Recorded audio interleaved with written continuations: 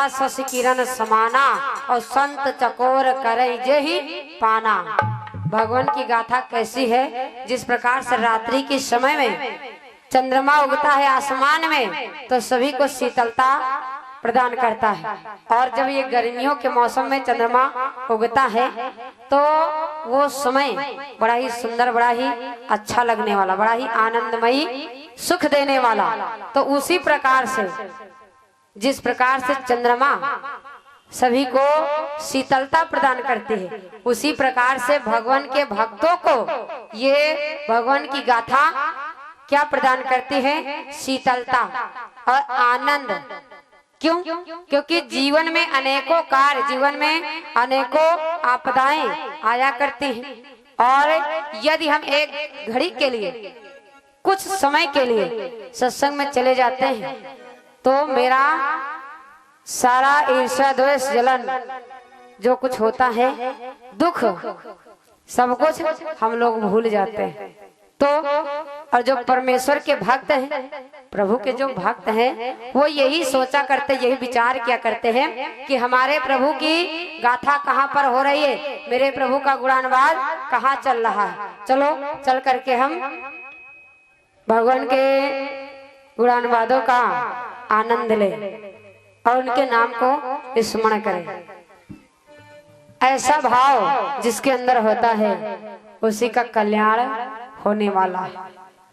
तो आज इधर श्री सुखदेव जी महाराज ने बतलाया कि किस प्रकार से पापी का जन्म हुआ, अधर्म का जन्म हुआ, कुकर्म का जन्म हुआ, और जब अधर्म अत्याचार इस पृथ्वी पर मतलोक पर बढ़ने लगा, तब जाकर के पार ब्रह्म परमेश्वर ने अवतरित होकर के उस पाप को किस प्रकार से हनन करते हैं, मिटाते हैं।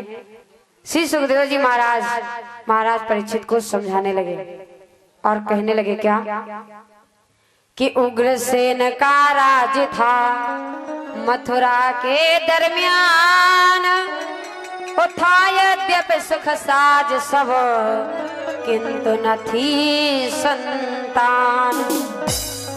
उग्रसेन महाराज बड़े ही कर्तव्यवान, धर्मवान, निष्ठावान, चरित्रवान, ज्ञानवान, यशवान, कीर्तिवान, लेकिन भक्तों कहते हैं ये मथुरा के राजा कहलाए जाते हैं, और ये कहा जाता है जिसके पास सब कुछ होता है वो किसी न किसी प्रकार से प्राणी दुखी हमेशा रहता है। इस संसार में जो भी प्राणी आया है, यदि धन दौलत है तो शरीर से इंसान पीड़ित है, शरीर में दुख है, रोग है, और यदि शरीर स्वच्छ पवित्र है, निरोगी है, तो धन दौलत नहीं। यश मान कीर्ति सम्मान मिलने के लिए हम देखो क्या से क्या कर देते हैं, पैसा कमाने के लिए अधर्म करना शुरू कर देते, पाप करना शुरू कर देते हैं। कहते हैं संसार में कि कोई तन दुखी, कोई मन दुखी, कोई धन बिन रहा तो उदास, और थोड़ा थोड़ा सब दुखी सुखी राम के दास।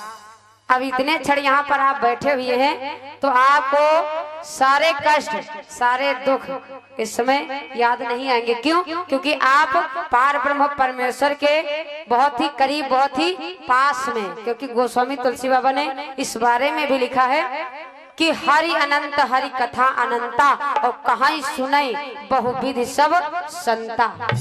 संत नहीं, जो डायरेक्ट पार ब्रह्म परमेश्वर के साक्षात रूप में दर्शन कर ले, उसी को संता बतलाया गया। तो आज प्रेम से बोले गायत्री मैया की जय हो।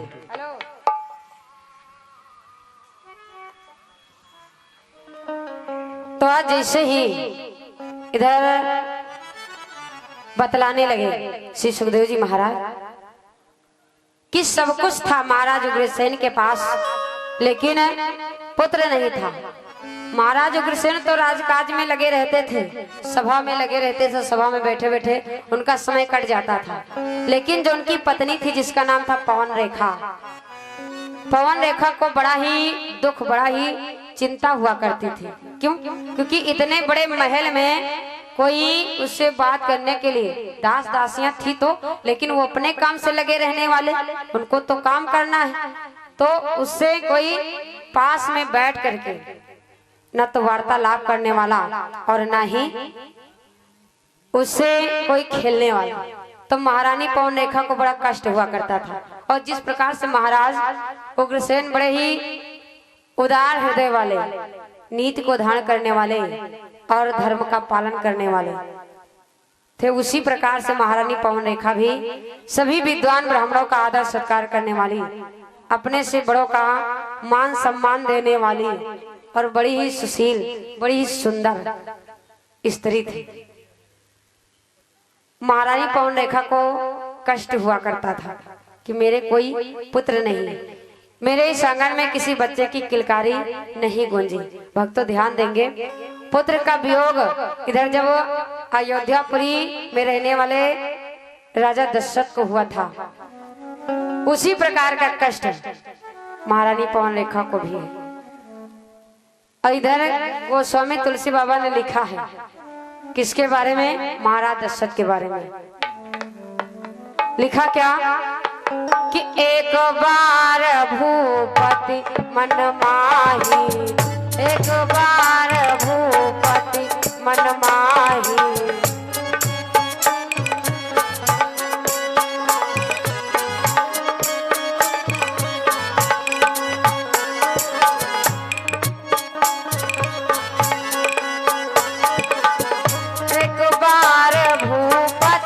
मन माही, एक बार भूपति मन माही, भयो ग्लानि मोरे सुत नाही, भयो ग्लानि मोरे सुत नाही।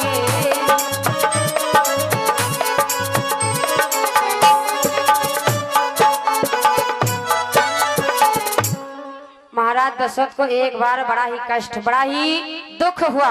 लिखा कि एक बार दशरथ मन माही और भयो ग्लानि मोरे सुत नाही।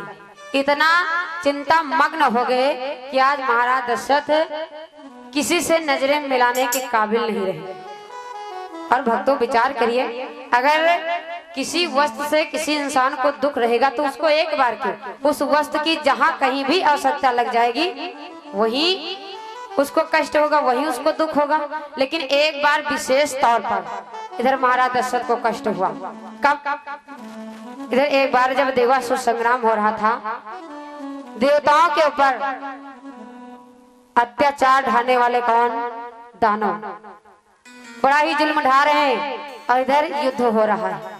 तो देवताओं की तरफ से युद्ध करने के लिए कौन गया था? महाराज दशरथ। इधर जब देवासुर संग्राम में विजय प्राप्त किया तो विचार किया कि लो भाई यहाँ पर अब हम आ ही चुके हैं, तो हम इनसे देवराज से मुलाकात करते हुए चले। तो वो ऐसा ही कार्य किया। इधर जब मुलाकात हो गई और चलने लगे, वापस होने लगे, तो आज महाराज दशरथ ने देखा क्या कि वहाँ के जो कर्मचारी थे, नौकरगण थे, वो अमृत से स्वर्गलोक को धुला रहे थे, अमृत का छिड़काव करा रहे थे। जब अमृत का छिड़काव कराते हुए देखा तो महाराज दशरथ ने पूछा, अरे भैया यहाँ तो सब साफ सुथरा पड़ा हुआ है, किसी प्रकार की गंदगी नहीं, तो आप इस अमृत का छिड़काव क्यों कर रहे हैं? तो कहा कि महाराज यहाँ पर कोई निर्वंशी राजा आ गया है जिसके चरण पड़ने से ये स्वर्गपुरी अछूती हो गई है, बेकार हो गई, इसलिए हम इसको अमृत से धुलवा रहे हैं, ये मेरे राजा का आदेश है। तब महाराज दशरथ को कष्ट हुआ, रे मेरे सिवा यहाँ पर कोई और आया नहीं, तो ये हम ही को बता रहा। तब कष्ट हुआ। और इधर दूसरी बार जब वो अयोध्यापुरी नगरी में टहल रहे थे महाराज दशरथ, तो टहलते टहलते पहुंचे कहाँ? वशिष्ठ मुनि के आश्रम में। और उस समय देवी अरुंधति अपने पुत्र को लेकर के खिला रही थी। और जब वशिष्ठ महाराज के लड़के को देखा महाराज दशरथ ने, तो बड़ा ही सुंदर, बड़ा ही आकर्षक लगा। कहा, मैया क्या इस बालक को हम अपनी गोद में लेकर के खिला सकते हैं? तो मैया ने कहा, अरे महाराज ये कैसी बात कर रहे हैं। इतना कह करके मैया ने बालक को महाराज दशरथ के गोद में डाल दिया। और जैसे ही दशरथ की गोद में बालक पहुंचा तो बड़े जोरों के साथ में रोने लगा, बड़ी जोरों से रो रहा। महाराज दशरथ चुप करा, बेटा चुप हो जा लल्ला, चुप हो जा। अरे क्यों रो रहा, देख हम तुझे खिला रहे हैं। लेकिन चुप होने का नाम ही नहीं ले रहा। कहा मैया ये लो, ये बड़ा ही रो रहा है, चिल्ला रहा है, ये बालक अपना अपना संभालो, दे दी। और जैसे मैया की गोद में पहुंचा बालक तुरंत ही चुप हो गया। और जब मैया की गोद में गया चुप हो गया तो इधर दशरथ ने पूछा, माँ इसका क्या कारण हुआ। तो कहा महाराज यदि आप बुरा न माने तो हम एक बात कहें। तो कहा क्या कहना चाह रहे। कहा महाराज ये बालक जानते हो किस लिए रो रहा है। तो कहा नहीं बताइए। कहा महाराज ये बालक इसलिए रो रहा है कि इसके पिता यानी वशिष्ठ मुनिराज आपके गुरु हैं। वशिष्ठ मुनिराज महाराज दशरथ के गुरु, और अभी तुम्हारे कोई संतान नहीं, तो जब मैं बड़ा हो जाऊंगा तो मैं किसका गुरु कहलाऊंगा, इसलिए रो रहा। तब महाराज दशरथ को कष्ट हुआ। वाकई में सत्य है। महाराज दशरथ को तब चिंता हुई। और दूसरी बार तीसरी बार कब चिंता हुई, एक बार रथ पर सवार होकर के महाराज दशरथ वन की तरफ चल पड़े। और धूप ज्यादा होने के कारणवश महाराज दशरथ को प्यास लगी तो इधर वन में सरोवर ढूंढा। तो उसी सरोवर को जब देखा तो उसी सरोवर के पास पहुंचे तो जा करके हाथ पैर को धुला और जलपान किया। जब वो आत्मा तृप्त हुई तो इधर महाराज दशरथ जब खड़े हुए तो देखते क्या है, उसी सरोवर में एक बड़ा ही खूब सुंदर कमल का पुष्प लगा हुआ है। जब कमल का पुष्प लगा हुआ देखा महाराज दशरथ ने तो विचार किया कि ये पुष्प बड़ा ही सुंदर है, तो लाओ इसको हम तोड़ लें और तोड़ करके लेकर जाएंगे अपनी महलों को और अपनी रानी को देंगे। तो इधर जैसे ही ये विचार किया और तुरंत ही इधर बाण का वार किया। जब बाण का वार किया तो निशाना चूक गया। तो विचार किया, अरे मैं भी स्वयं खड़ा हुआ हूँ और मेरे सन्मुख ये कमल का पुष्प भी है और मैं शब्द भेदी बाण चलाने वाला।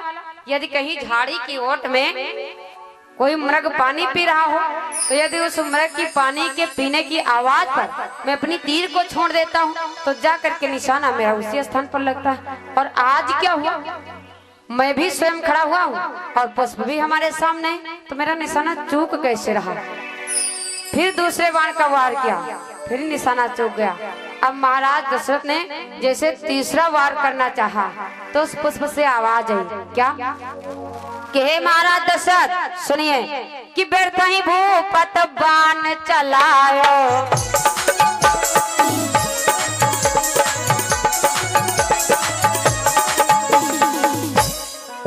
व्यर्थ ही भूपत बाण चलायो, निर्बंसी मोहे तोड़ न पायो।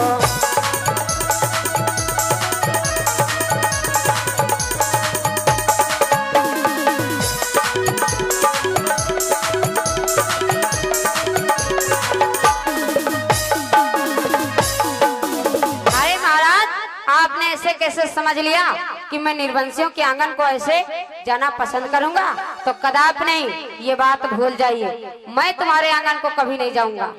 आप जैसे इस वाणी को सुना निर्वंशी का शब्द, महाराज दशरथ के ऊपर ऐसा आभास हुआ किसी ने वज्र उठा करके पटक दिया। बड़ा ही दुख हुआ, पैरों के नीचे से जमीन खिसक गई। महाराज दशरथ अचानक से सन्न से खड़े रह गए।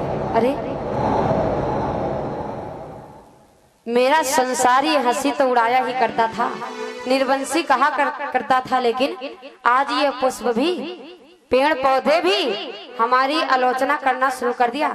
महाराज दशरथ को तब बड़ी ग्लानि हुई, बड़ा ही दुख हुआ, अपार कष्ट हुआ। अरे इस धरती का मैं बोझ बना हुआ हूँ, मेरा जीवन धिक्कार है, मेरा जीवन धिक्कार। बड़े ही चिंतित में आज रथ पर बैठे और महलों की तरफ चल पड़े।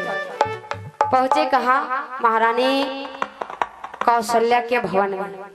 अब जब कौशल्या के भवन में पहुंचे तो इधर उतरे हुए चेहरे को जब देखा मैया कौशल्या ने, तो मैया कौशल्या ने कहा, महाराज आज आप बड़े चिंतित दिखाई पड़ रहे हो, क्या बात है? क्यों आपको ये चिंता लगी हुई है? क्या कारण है? तो आज मैया बोल पड़ी कि किस कारण से प्रीतम प्यारे, किस कारण से प्रीतम प्यारे, चेहरे पे खड़ा सन्नाटा है।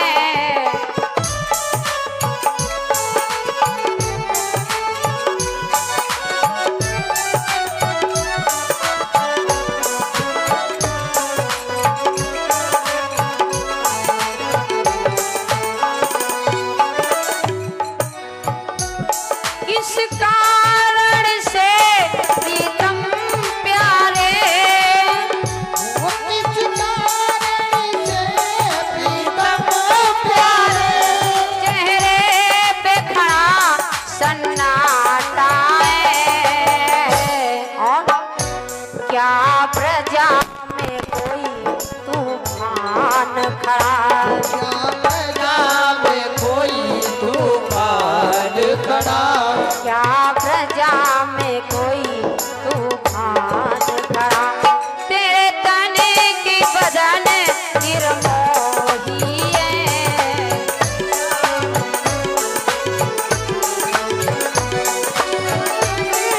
बदन निर्मोही है, क्या प्रजा में कोई तूफान खड़ा, तने की बदन निर्मोही है।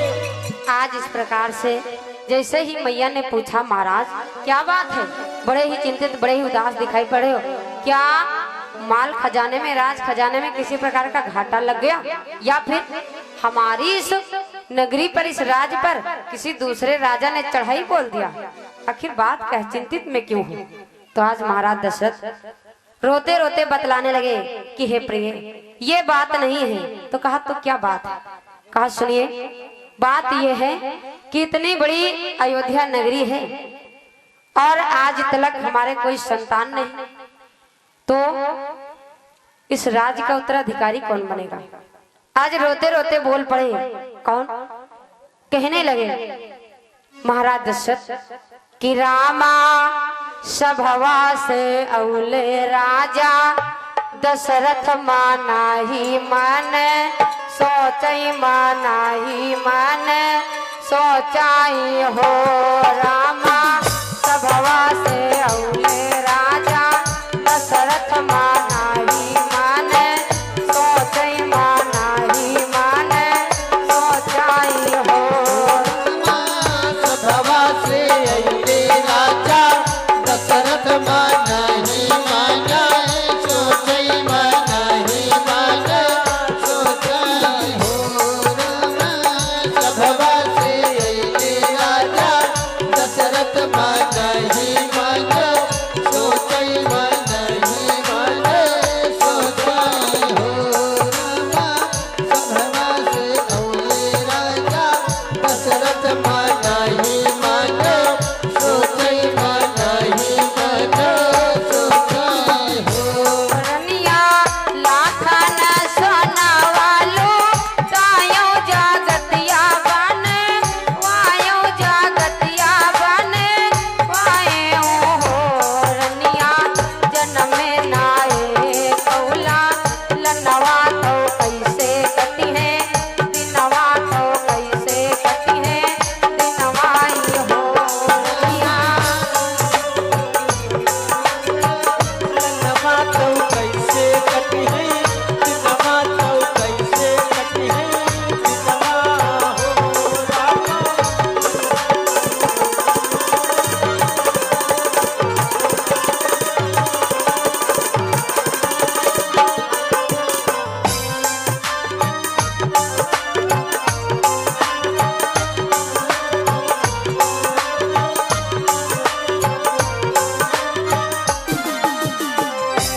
आज जैसे इस वाणी को सुना तो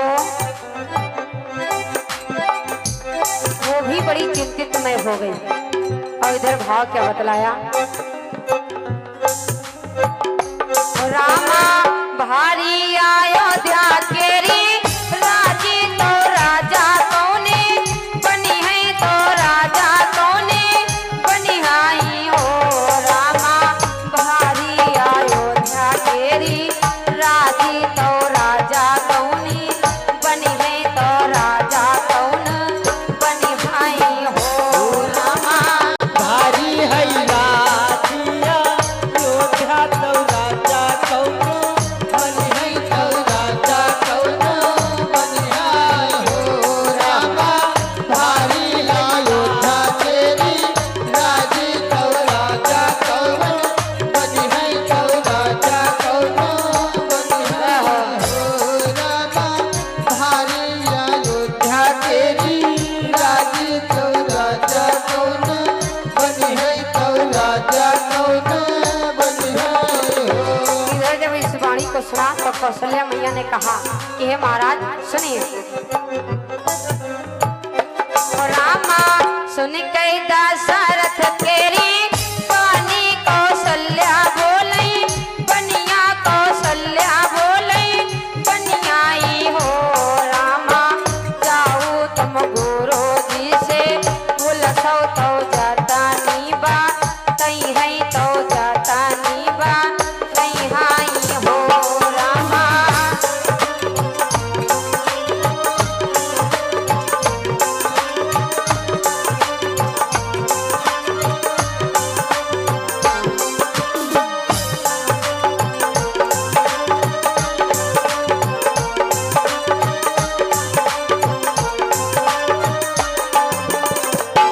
आज इस प्रकार से जैसे ही रो रो करके अपनी बात को बतलाया किसने, महाराज दशरथ ने, तो आज कौशल्या मैया ने जवाब दिया, रे महाराज तो इस बात को अपने गुरुदेव वशिष्ठ मुनिराज से क्यों नहीं कहते? यदि उनसे कहोगे तो वो कोई ना कोई उपाय, कोई ना कोई रास्ता अवश्य ढूंढ लेंगे।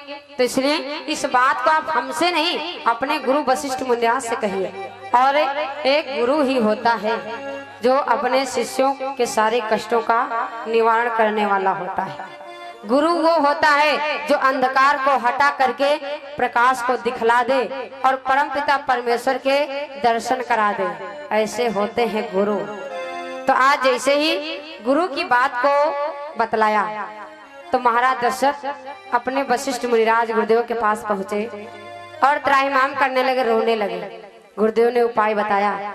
एक पुत्र की याचना लेकर के गए हुए थे महाराज दशरथ। एक पुत्र की जगह पर आज 4-4 पुत्रों का जन्म हुआ। और ये हमारे भैया जी हैं जसवंत वर्मा, कोटवा के रहने वाले हैं। 51 मुद्राओं का दान किया है। डॉक्टर प्रहलाद शरण वर्मा बुधनई चौराहा के रहने वाले, 51 मुद्राओं का दान किया है। ब्रजेश कुमार वर्मा बुधनई चौराहा के रहने वाले, 51 मुद्राओं का दान किया। सुभाष विश्वकर्मा बुधनई, ना खराब कर तो ना बता रहे। प्रेम से बोले हनुमंत लाल की, सच्चिदानंद भगवान की। तो जैसा कष्ट महाराज दशरथ को हुआ था वही कष्ट आज किसको हो रहा है? देवी पवन रेखा का। महाराज उग्रसेन का तो समय कट जाता है, लेकिन देवी पवन रेखा का समय नहीं कट रहा। क्यों? क्योंकि उनकी गोदी अभी सूनी है। तो उन महलों से उब करके एक दिन देवी पवन रेखा ने कहा, मेरी ये इच्छा है कि मैं कुछ समय के लिए अपने चमन बाग से टहलाऊं। महाराज उग्रसेन ने कहा, तो उसमें पूछने की क्या बात है, आप अपनी सखियों को साथ में लो और चली जाओ वन में टहलने के लिए। तो जैसे ही पति की आज्ञा को पाया तो इधर चल पड़ी। और कहते हैं पहले की स्त्रियां बगैर पति की आज्ञा लिए हुए जाती नहीं थी। कोई भी कार्य करने के लिए, चाहे जहां जाना ना हो या कोई भी कार्य करना हो, जब तक अपने नाथ अपने स्वामी से नहीं पूछती थी तब तक कोई काम नहीं। और लेकिन आज इस कलयुग में अगर कहीं से संदेशा आ गया, बुलावा आ गया, तो तुरंत घर में मालिक होए चाहे ना होए, कोई कपड़ा लत्ता पहनिन लेफ्टिनेंट बन के आ चल दिन धड़ाक। तो पवन रेखा ने जब तक अपने पति से आदेश नहीं लिया तब तक निकली नहीं और इधर अपनी सखियों को साथ में लिया चल पड़ी रथ पर सवार होकर के। और जैसे ही चमन बाग के निकट पहुंची तो वहां पर वातावरण कैसा था कि मौसम बहार था कदम कदम, कि मौसम बहार था कदम कदम, गुलजार बहार में आए थे।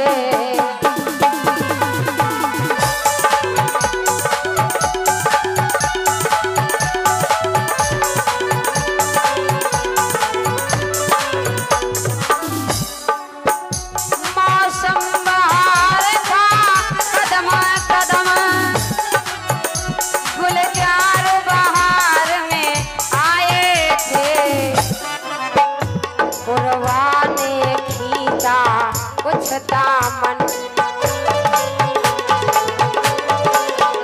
पुरवाने खींचा कुछ दामन, दम दम पर गुल इतराए थे।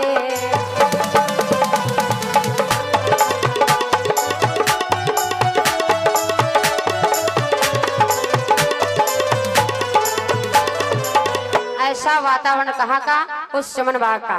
इधर मंद सुगंध हवा चल रही है, पक्षियों का कलरव, भंवरे हर एक फूल पर गुनगुना रहे, गुंजायमान कर रहे।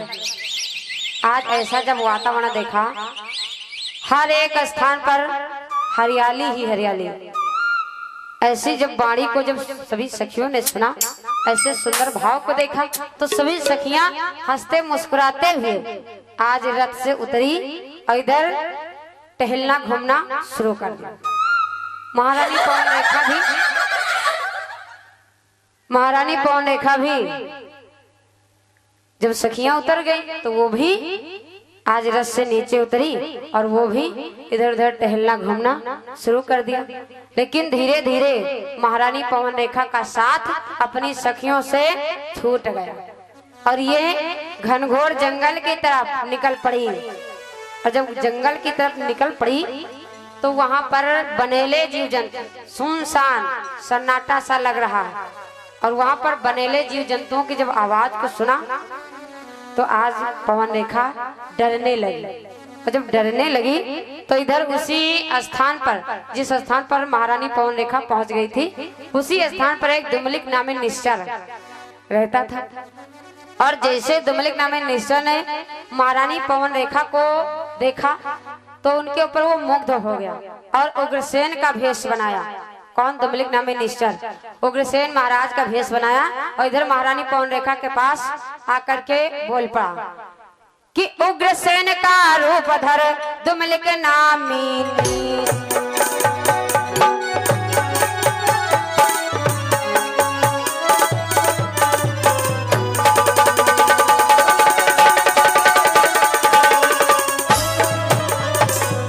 उग्रसेन का रूप धर दुमलिक नामी नीच, रानी के निकटस्थ हो काम बाग कोसी।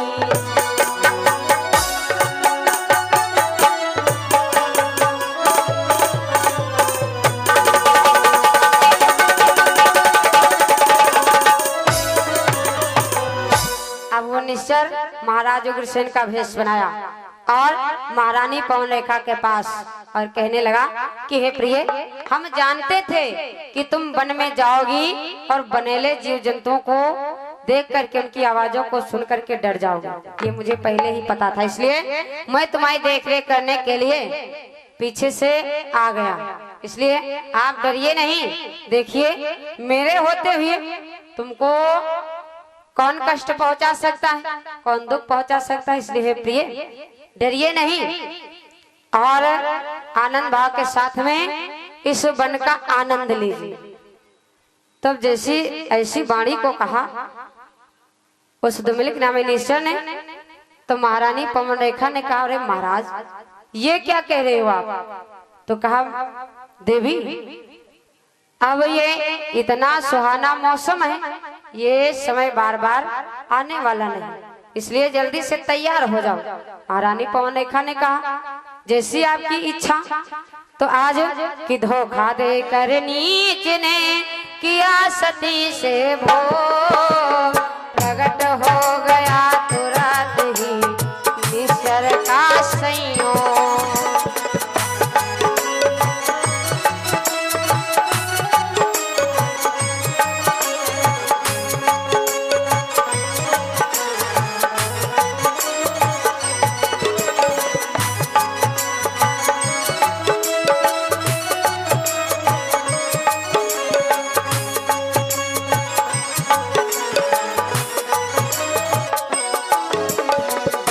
पवन रेखा उसे कहे तो उठी जो ज्वाल, दांत पीस कर कहे उठी ओ पापी चंडाल।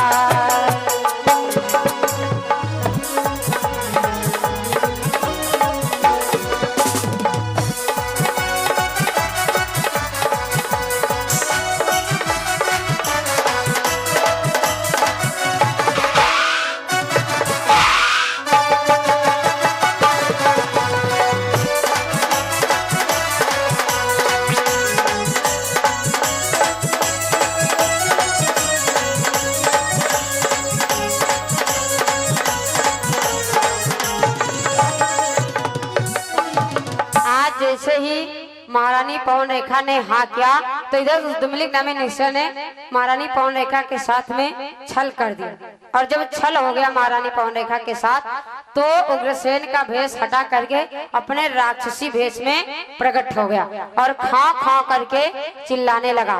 महारानी पवन रेखा उसकी आवाज को जब सुना तब तो डर गई, लेकिन हृदय में धीरता को धारण करते हुए आज पवन रेखा कहने लगी, अरे तू कौन है?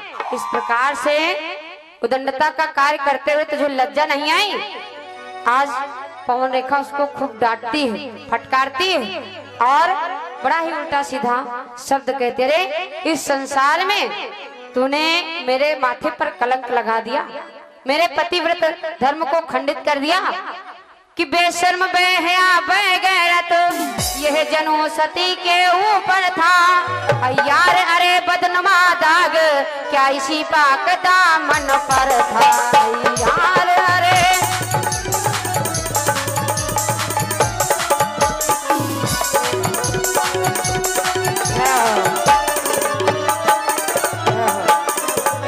लाचार हूँ और निस्तेज हूँ मैं, वरना जौहर दिखला देती, वरना जौहर अपनी शक्ति से जला देती, मिट्टी में तुझे मिला देती अपनी।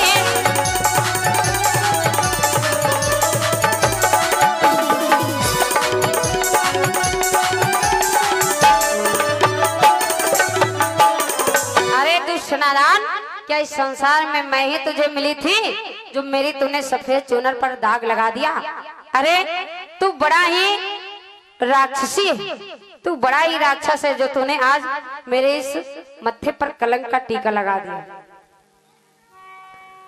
आज महारानी पवन रेखा रोने लगी, विलाप करने लगी और अपने बालों को खींचने लगी, सर को जमीन पर पटकने लगी कि अफसोस यही पाकर साफ दामन में धब्बा लगा दिया, दामन में धब्बा लगा दिया।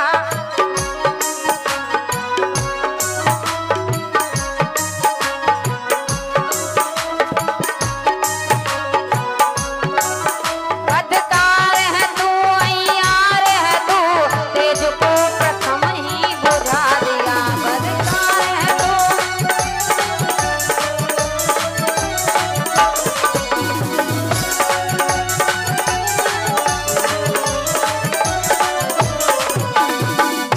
महारानी पवन रेखा ने कहा, यदि मेरा वो चमकीला गौहर होता तो आज अपने पतिव्रत धर्म के अनुसार मैं तुझे अभी के अभी जला करके खाक में मिला देती, इस मिट्टी में तुझे मिला देती, लेकिन अब मैं लाचार हो गई, मजबूर हो गई। बड़ा ही विलाप करती, रोती है, रुदन करती है। लेकिन इधर महारानी पवन रेखा को जब रोते हुए देखा तो आज समझाने लगा कि हे प्रिय, जो होना था वो तो हो गया, इसलिए अब मेरी बात को ध्यान धर के सुनिए। बात कौन सी? कि हे देवी, तेरे द्वारा जिस बालक का जन्म होगा तो बड़ा ही बलशाली, बड़ा ही वीर होगा। इतना वीर होगा कि इस मृतलोक पे रहने वाले जितने भी राजा हैं, रईस, बलशाली, उनकी तो बात ही छोड़ दो। यहाँ तक देवता भी उससे हार मान जाएंगे, उससे युद्ध स्थल में कोई जीत नहीं पाएगा। इतना वीर, इतना पराक्रमी होगा। और मैं राक्षस हूं, इसलिए इसके कार्य राक्षसी होंगे। सभी संत महात्मा और ऋषि महात्माओं के दिल को दुखाया करेगा। और जो भी मंदिर मस्जिद है उनको फुड़वाया तोड़वाया करेगा। यदि किसी ब्राह्मण के मस्तक पर इसने तिलक को देख लिया, चंदन को देख लिया, तो उसके सर को धड़ से तुरंत ही ये कटवा देगा।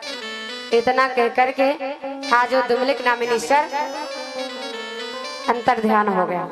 और इधर जिस प्रकार से महारानी पवन रेखा अपनी सखियों को आवाज दे रही थी, बुला रही थी, उसी प्रकार से फिर आवाज देना शुरू कर दिया। लेकिन कहते हैं भक्तों, जब वो उस परमपिता परमेश्वर की जैसी इच्छा होती है वैसा कार्य होता है। यदि उसकी इच्छा ना होती कि ये कथा हो तो क्या ये कथा हो पाती? यहाँ पर आप इतने सभी संख्या में बैठ करके कथा को सुनने के लिए आते, लेकिन हम कह रहे हैं, हम ये कथा कह रहे हैं, लेकिन हम नहीं कह रहे, वास्तविक रूप से हम नहीं बोल रहे। ये बोल कोई और रहा, ये हाथ कोई और उठा रहा है। वो सब परमपिता परमेश्वर की इच्छा अनुसार ही कार्य हो रहा है। आज उसी प्रकार से इधर जो कुछ भी हुआ पवन रेखा के साथ में, वो सब परमेश्वर की कृपा अनुसार ही, क्योंकि कहते हैं लीला कीन चाहे करतारा और कारण पहले न करई तैयारा। भगवान को जो लीला करनी होती है उसका कार्य पहले ही बना करके फिट कर देते हैं। पवन रेखा उसी प्रकार से अपनी सखियों को आवाज देने लगी, बुलाने लगी। सखियों ने सुना, दौड़ करके आई महारानी, अरे ये कैसी हालत बना करके रखा हुआ है? अभी तो आप बड़ी अच्छे से थी और अब क्या हुआ? तो आज पवन रेखा ने कहा, बहना देखिए, आप सभी लोग यहाँ से चली गई जंगल में घूमने टहलने के लिए, और इतने में ही बहुत बड़ा बंदर आया और मुझे थप्पड़ों से मार मार करके मेरी ये हालत बना दिया और मेरे सारी साड़ी को फाड़ दिया और देखो ऐसी हालत कर दी। इसलिए हे बहना, अब यहाँ से चलिए, यहाँ पर मुझे कुछ भी नहीं अच्छा लग रहा है। सभी सखियों को साथ में लिया, रथ पे बैठी महारानी पवन रेखा कहाँ चल पड़ी? अपने महलों की तरफ। प्रेम से बोले गायत्री मैया की। और ये हमारे भैया जी है विजय गुप्ता, चांदूपुर के रहने वाले हैं। प्रभु के समय 51 मुद्राओं का दान किया है। राजकुमार चौहान बुधनाई के रहने वाले 21 मुद्राओं का दान किया है। सत्यनारायण विश्वकर्मा मानपुर के रहने वाले 50 मुद्राओं का दान किया है। नरेंद्र कुमार वर्मा मंगलमय हो, सभी सुखी और समृद्ध रहें, प्रभु से इच्छा ही कामना है। प्रेम से बोले हनुमंत लाल की जय हो। तो आज सभी सखियों को साथ में लिया महारानी पवन रेखा कहाँ पहुंची? अपने भवन को। कि पवन कुंवर आई भवन, बीत गए 10 मास।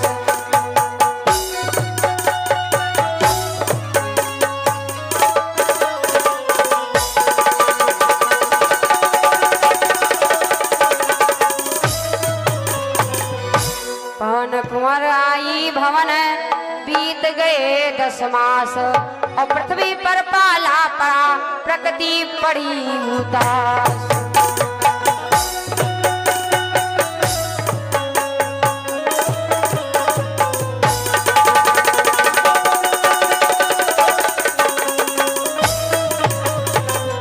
इस प्रकार से महारानी पवन रेखा अपने महलों के अंदर, और समय थोड़ा आगे बढ़ा और समय अनुसार इधर महारानी पवन रेखा के द्वारा एक बालक का जन्म हुआ।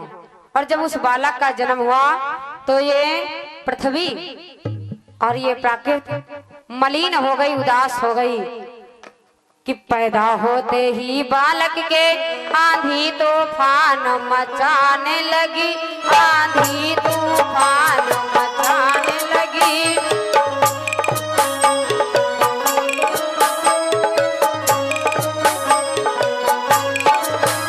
बिजली चमका आकाश हिला, एक महाप्रलय बरसाने लगी, एक महाप्रलय बरसाने लगी।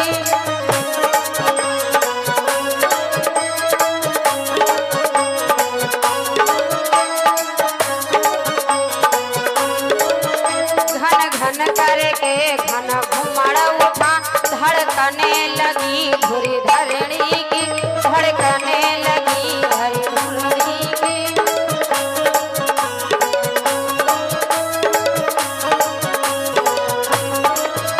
आया उबाल तालाबों में, हिल गई पार यमुना जी की। आया उबाल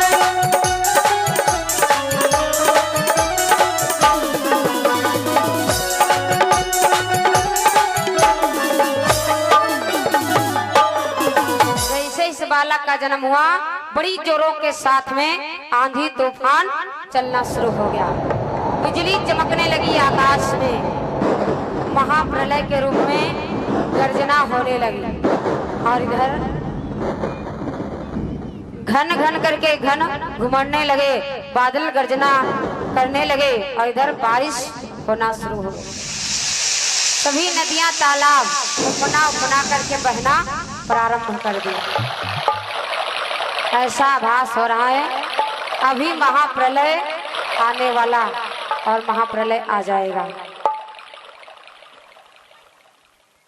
कि कंपित नभ में पड़ गया मलिन सूर्य का भेष, और घोर घड़ी नक्षत्र में प्रकट हुआ मथुरेश। कहते हैं जो हमारे पंडित जी हैं बतलाते हैं कि यदि जो मूल नक्षत्र होते हैं, इन मूल नक्षत्रों में जो बालक का जन्म होता है, तो या तो माता को कष्ट देने वाला, या तो पिता को कष्ट देने वाला, या तो अपने परिवार के किसी बड़े सदस्यों को कष्ट देने वाला होता है। मूल नक्षत्रों में जो बालकों का जन्म होता है, उसी मूल नक्षत्र में किसका जन्म हुआ था? इस महाराज कंस का। और एक भाव बतलाते हैं कि यदि सोमवार को बालक को का जन्म होता है तो उसका और प्रभाव, यदि सूर्य ग्रहण को बालक जन्म होता है तो उसका और प्रभाव, यदि चंद्र ग्रहण को बालक जन्म होता है तो उसका और प्रभाव। सोमवार, मंगल, बुध, विफय जितने भी दिन बने हुए हैं, यदि इन दिनों में बालकों का जन्म होता है तो अलग अलग प्रभाव के बालक होते हैं। कहा है किसी विद्वान ने लिखा है क्या? और जिस महीने में बालक का जन्म होता है उस महीने का भी प्रभाव पड़ने वाला। कैसे हम बता रहे हैं, और आप सभी लोग अपना अपना हिसाब लगाते रहना।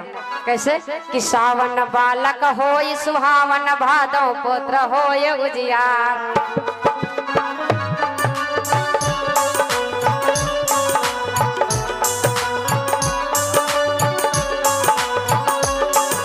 सावन बालक होय सुहावन, भादो पुत्र होय उजियार। सावन बालक होय सुहावन, भादो पुत्र होय उजियार।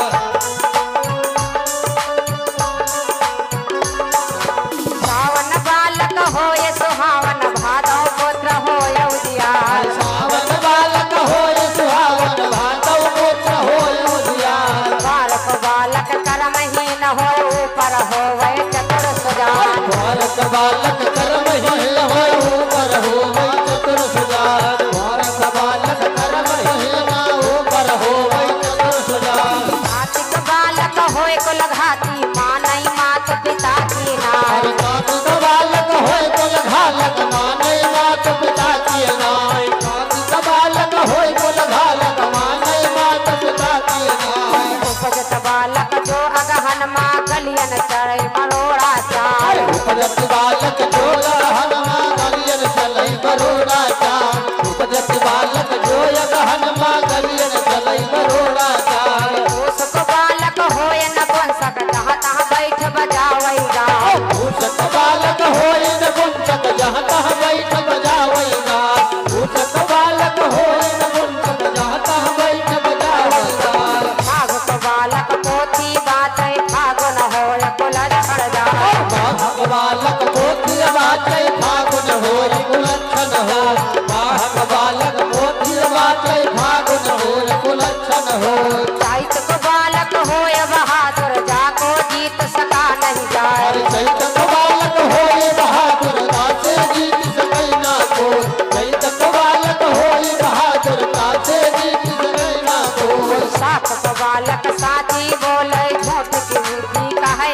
बैसाख का बालक साथी बोले जेठक झूठी कहाई बना बैसाख का बालक साथी बोले जेठक झूठी कहाई बनाई उपजत बालक जो अषाढ़ माह घर मारा है दलितर नाम उपजत बालक जो अषाढ़ माह घर मारा है दलितर नाम उपजत बालक जो अषाढ़ माह घर मारा है दलितर नाम। इस प्रकार से जिस महीने में बालक का जन्म होता है उस महीने का प्रभाव उस बालक के ऊपर पड़ने वाला और जिस मुहूर्त जिस घड़ी जिस नक्षत्र में होता है उस घड़ी उस नक्षत्र का प्रभाव उस बालक के ऊपर पड़ने वाला। तो उसी प्रकार से आज घोर नक्षत्र में किसका जन्म हुआ?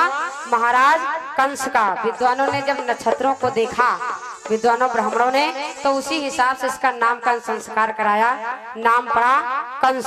इधर अब कंस धीरे धीरे बढ़ने लगा और इतनी जल्दी वो बढ़ रहा है कि जैसे चंद्रमा नहीं एक दिन में उंगली के बराबर होता है पति और दूसरे दिन तुरंत ही 2 अंगुल मोटा हो जाता है। इस प्रकार से ये बालक की रफ्तार बढ़ रही। तो इधर महाराज श्री सुखदेव जी महाराज ने बतलाया कि हे राजन ऐसे नक्षत्र में ऐसे घोर घड़ी में इस कंस का जन्म हो और जब छोटा कंस था बाल्यावस्था में तब जो उसके साथी सहपाठी थे छोटे छोटे बालकों के साथ में खेलता है और बड़े ही प्यार से बुलाता है तुम यहाँ आओ। छोटे अबोध बालक पहुँचते हैं और जब वो पहुँच जाते तो कहने लगता है ये बताओ तुम्हारी माता ने आज तुमको खिलाया क्या है, यानी खाने के लिए क्या दिया हुआ है। तो छोटे छोटे बालक कहते हैं हमको नहीं पता। तो कहा मुंह खोल करके दिखाओ अभी हमको मालूम हो जाएगा। छोटे बालक मुंह खोलते हैं जवान को घसीट लेता है और कटार से जवान को काट देता है। फिर बुलाता है यमुना नदी के किनारे, कहता है कि देखो इस जल में तुम देखोगे तो बड़ा ही सुंदर तुम्हें वस्तु दिखाई पड़ेगी, इसमें पानी में टहल रहा है। अब जब छोटे बच्चे देखना शुरू करते हैं झांकना शुरू करते हैं तो पीछे से धक्का दे देता है और पानी में डुबो देता है। ऐसे कार्य करना शुरू कर दिया किसने? कंस बाल्यावस्था से ही ऐसा उपद्रव मचाना शुरू कर दिया। और सोचो जब छोटे बच्चे की ऐसी हरकत होगी तो जब बड़ा हो जाएगा तो उसके कितने बढ़िया कारनामे होंगे, ये कोई आंकड़ा लगा सकता है। अब इधर जब थोड़ा और बड़ा हुआ, कौन? युवावस्था में। और युवावस्था कहते हैं आंधी तूफान की अवस्था, किसी को ना समझने वाला, ये होता है किशोरावस्था। अब किशोरावस्था में युवावस्था में पहुंचा जब महाराज कंस तो जितने भी संत महात्मा ऋषि महात्माओं को देखता है मस्तक पर चंदन लगा हुआ उनके मस्तकों को पकड़ता है और लाठियों से मारता है, लाठियों का वार करता है उन संतों महात्माओं के सर पर।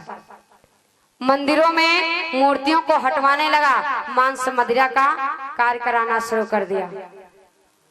और इधर जो अपराधी नहीं है निरपराधियों को दंड देने लगा, उनको मारने लगा, पीटने लगा और गायों को आज बड़ा ही दुख पहुंचा रहा है, कष्ट पहुंचा रहा है। तो आज वो सभी भगवान को याद करते हैं, गैया मैया भी याद करने लगी। और इधर आज सभी संत महात्मा ऋषि महात्मा पुकारने लगे किसको? भगवान को, और कहने लगे कि हे प्रभु आप कहाँ हैं, आप कहाँ हैं? देखिए हमारे ऊपर कितना कष्ट कितना जुल्म ढा रहा है। कौन? ये कंस।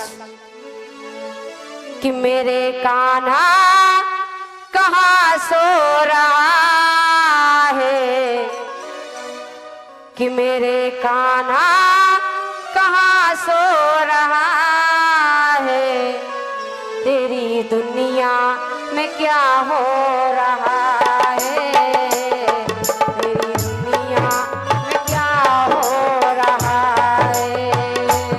मेरे कान्हा कहाँ सो रहा है, तेरी दुनिया में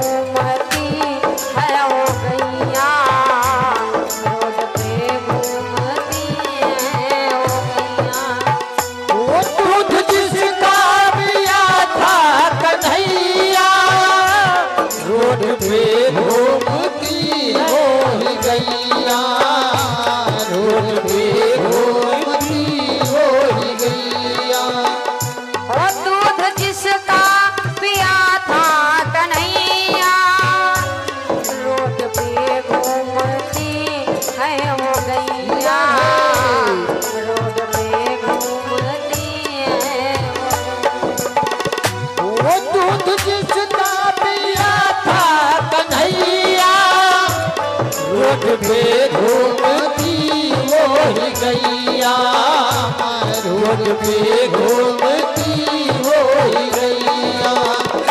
बूचड़ खाने में माँ कट रही है, थालियों में वो माँ बट रही है, थालियों में वो माँ बट रही है। और बूचड़ खाने में माँ कट रही है, थालियों में वो माँ बट रही है, थालियों में वो माँ बट रही है। तो कुत्ता एसी में क्यों सो रहा है? एक कुत्ता जो पहले छूना पाप था, कोई कुत्ते को स्पर्श नहीं करता था, लेकिन आज उस कुत्ते की कितनी किस्मत भगवान जाने। 4 पहिया गाड़ी से चल रहा और एसी रूम में सो रहा। ये मेरा टंटू है, ये मेरा पिल्लू है, ये मेरा पप्पी है। ऐसे ऐसे नाम होते हैं किसके? कुत्ते के। और जो पूजनीय थी वो आज मारी मारी फिर रही, उनके मांस को बाजार में बेचा जा रहा है और हम ही सभी लोग भक्षण कर रहे हैं। ये है कलयुग। जय हो कलयुग महाराज की। और ये हमारे भैया जी हैं चंद्रभान सिंह, जो कोठी के रहने वाले हैं। भगवान के शिखर में ज्ञान मदान प्रदान किया है। जय हो। वो बूचड़ खाने में माँ कटी रही है, थालियों में वो माँ बट रही है, थालियों में वो माँ बट रही है। हो कुत्ता एसी में क्यों सो रहा है? जय हो। कुत्ता एसी में क्यों सो रहा है? तेरी दुनिया में क्या हो रहा है? तेरी दुनिया में क्या हो रहा है? वो मेरे कान्हा कहाँ सो रहा है, तेरी दुनिया में क्या हो रहा है, तेरी दुनिया में क्या हो रहा है।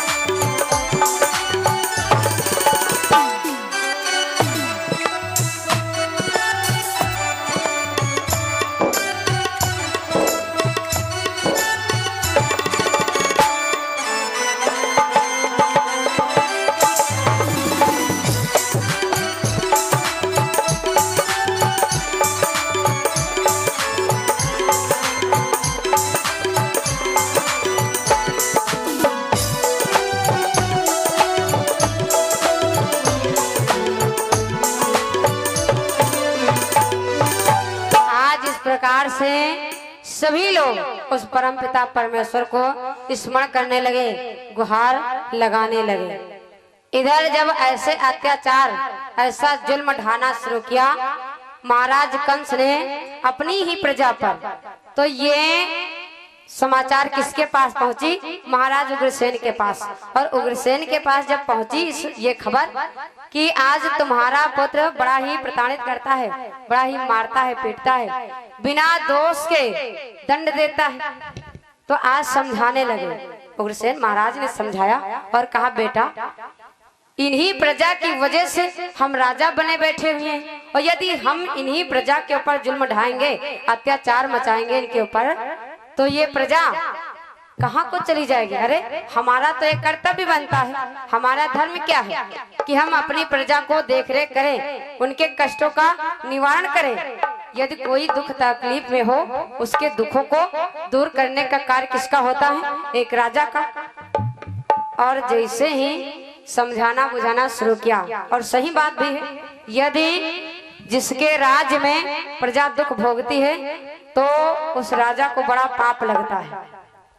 अब जब समझाने बुझाने लगे महाराज उग्रसेन, तो पकड़ा हाथ महाराज उग्रसेन का, सिंहासन से घसीटा और घसीट करके नीचे और मुकुट को उठाया, अपने सर पर जाकर के सिंहासन पर बैठ गया और कहा, सुनिए यहाँ के जितने भी सभासद बैठे हुए हैं, आज से ये ऐलान करता हूँ कि आज से मथुरा का राजा कौन हो गया?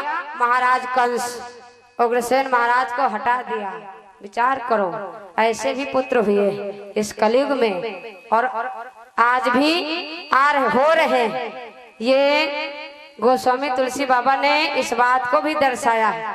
का निशाचरण के 4 हाथ और 4 कान नहीं रहे, कर्म थे निशाचरों के जैसे। कैसे कि मान ही मात पिता नहीं देवा और साधुन सन करवावई सेवा, और जिनके ये आचरण भवानी ते जाने निश्चर सब प्राणी।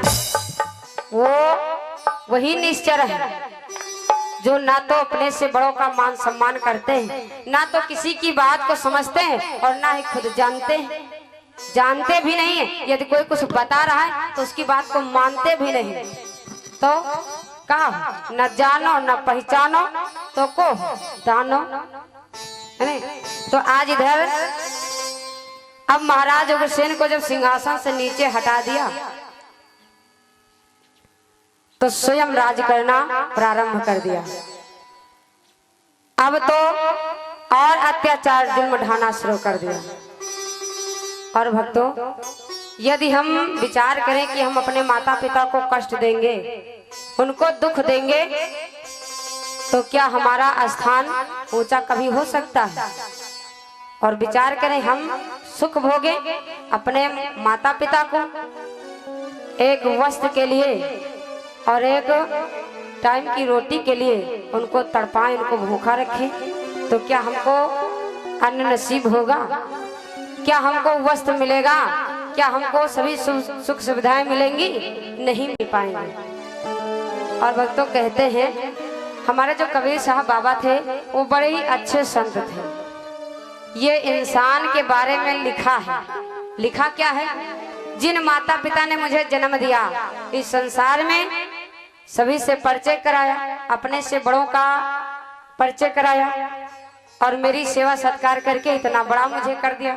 और जब उसकी सेवा सत्कार करने का नंबर हमारा आया तो हम उसको वृद्धाश्रम को भेज देते हैं। अपनी पत्नी के कहने अनुसार वृद्धाश्रम को जाओ, खांसी खखार आता है तो भाई घर में थूक देते हैं, इसलिए इनको बाहर करो, इतना हम साफ सुथरा नहीं कर पाएंगे। और वही माता पिता जब मर जाता है, खत्म हो जाता है, तो इधर दुनिया का दिखावा ढोंग करे खाते। अरे दिखावा करो चाहे ना करो। और दिखावा का कहिए कि जियत बाप दंगा पर दंगा। जब माता पिता जीवित थे तब रोज लाठी, गाली गलाज, उल्टा सीधा मारपीट, रोज मारो, अपने पिता का बंद करो थाने, खुद स्वयं जाओ। कि जियत बाप दंगा पर दंगा, हमारे हाड़ पहुंचा वही गंगा, अरे हाड़ पहुंचा वही गंगा।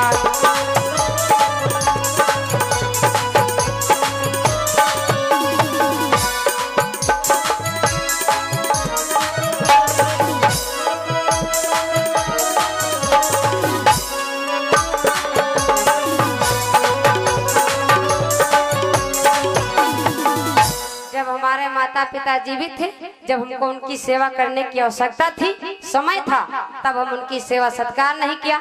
और जब मर गए तो उनकी अस्थियों को एक और निवाला के लिए तरसा दिया। भूखन उनका बेचारे मार डाले हैं और उठ करके चल नहीं पा रहे हैं, उसी चारपाई पर लेटरिन पेशाब सब कुछ हो जाता है, उनको साफ सुथरा ना कर सके, उनकी सेवा सत्कार ना कर सके। और वो जब मर गए तो उनकी अस्थियों को उठाया, गंगा में तबाह कर प्रवाहित कराए, जाओ तरी जाओ, हमका आशीर्वाद दे। तो का आशीर्वाद दिया है न दिया है? कभी नहीं। जैसे इधर एक बार ये कबीर साहब जब पढ़ रहे थे तो इनके गुरु थे रामानंद महाराज। और रामानंद महाराज के पिताजी एक्सपायर हो चुके थे, मर गए थे। तो रामानंद महाराज के पिता की श्राद्ध करने की तिथि आई। जब तिथि आई तो उस समय ये कबीर साहब शिक्षा प्राप्त कर रहे थे, तो अपने चेलों को बुलाया रामानंद महाराज ने और कहा कि सुनो, तुमको चीनी लाना है, तुमको मेवा मिष्ठान लाना है, और एक कबीर सुनो। तो कहा हाँ गुरुजी, क्या बात? कहा कबीर तुमको दूध लाना है। तो कबीर ने कहा ठीक गुरुजी, आप चिंता ना करो, कल आ जाए, सुबेरे आ जाएगा, दूध आ जाएगा। अब सारे चेला चले गए। इधर जब प्रातः काल हुई, जिन चेलों से गुरु महाराज ने कहा था सामग्री को लाने के लिए, वो सभी सामग्री लेकर के पहुंच गए, और कबीर अभी नहीं पहुंचे। कबीर ही मंडल बनाए बैठ, और मंडल को उठाए ने एक बाल्टी और हरी हरी घास अति छोल के कहाँ चले गए? जहाँ हमारे घर के जानवर वानवर मर जाते हैं, जी का कहा थे जानवर दफनाने का स्थान जहाँ होता है, डंगरहा जी का बोला था, वहां पहुंचे। और वह जल्दी एक गैया मैया समाप्त हो गई थी, और उनका ढांचा पड़ा था, हड्डियों का ढांचा पड़ा हुआ, और वह ढांचा के पास बैठ, पता नहीं कबीर का बदबू नहीं करत रहा है का दादा है, लेकिन वहां पर बैठे और उसके मुख के सामने घास को डाल दिया और बाल्टी रखे बैठ, और गैया से कहा थे सुनो, उठाओ या घास खाओ और दूध दो, गुरु जी मांगे नहीं लेके जाई। अब कही रही यह है बात, और इधर गुरुजी अब ही कबीरवा नहीं आवा, यू सब सामग्री आ गई, लेकिन ये कबीरवा नहीं आवा, यू कहाँ रहेगा? जाओ जाए देख के आओ जाए। यू बहुत ही लेट लपेट लगाए रहा। और जब कुछ चेले पहुंचे तो देखते क्या है भाई, घर को पहुंचे, घर में कबीर मिले नहीं, तो ढूंढते टहलते उसी स्थान पर पहुंच गए जहाँ पर कबीर मंडल बनाए बैठे। अब जैसे चेला पहुंचे, फिर वह बात, सुनो हमारा बात सुनो, और यह घास खाओ, दूध दो, गुरु जी मांगे नहीं लेके जाए। तब जब चेला ने सुना तो चेला दौड़ के गया गुरु जी के पास। गुरु जी क्या हुआ? कबीर पागल, क्या बात कर रहे? अभी कल तो वो ठीक ठाक था, इतनी जल्दी कैसे पागल हो गया? गुरु जी तुम नहीं मान रहे हो तो तुम वहीं चले जाओ, देखियो। और जो गुरु जी पहुंचे उसी स्थान पर, तो देखते क्या है, वही बात कबीर ने कहा, देखो हम इतनी देर से तुमका समझा रहे ना और तुम समझ नहीं रहे हो। सेत में तुम हो डांटी जाइ हो और डांट खाइयो, और हमका तो डांट खोइबे करियो, इसलिए तो जल्दी उठो। और अब हम लास्ट बार कह रहे, जल्दी उठो या घास खाओ, गुरुजी मांगी नहीं दूध दो, और गुरुजी मांगी नहीं लेके जाइए।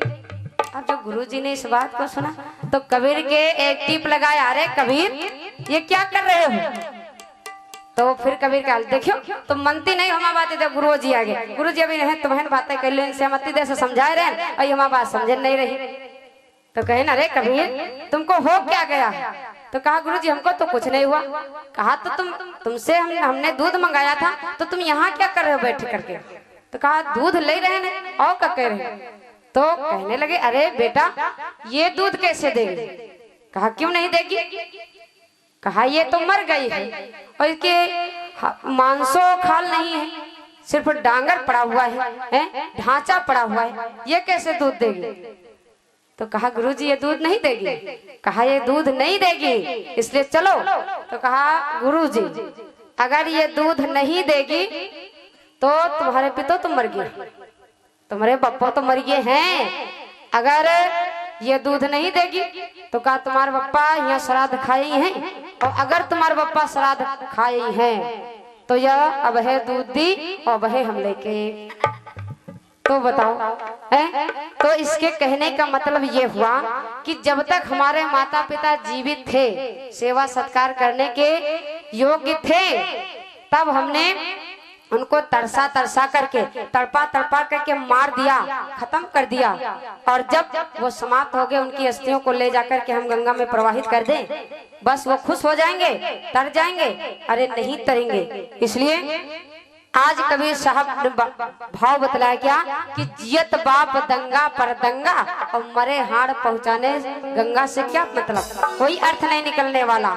इसलिए जब तक माता पिता जीवित है वही साक्षात रूप में तुम्हारा परम पिता परमेश्वर है। क्यों? क्योंकि पैदा करने वाला जो होता है वही भगवान कहलाता है। जिसने पैदा किया वो कौन है? मेरे माता पिता। इसलिए साक्षात रूप में तो वही मेरे माता पिता हुए। आज उन्हीं माता पिता का तिरस्कार कौन कर रहा है? महाराज कंस।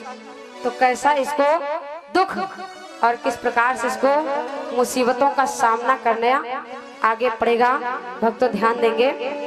आज इधर महाराज कंस जुल्म पे जुल्म, अत्याचार पे अत्याचार ढाता हुआ आगे बढ़ रहा है।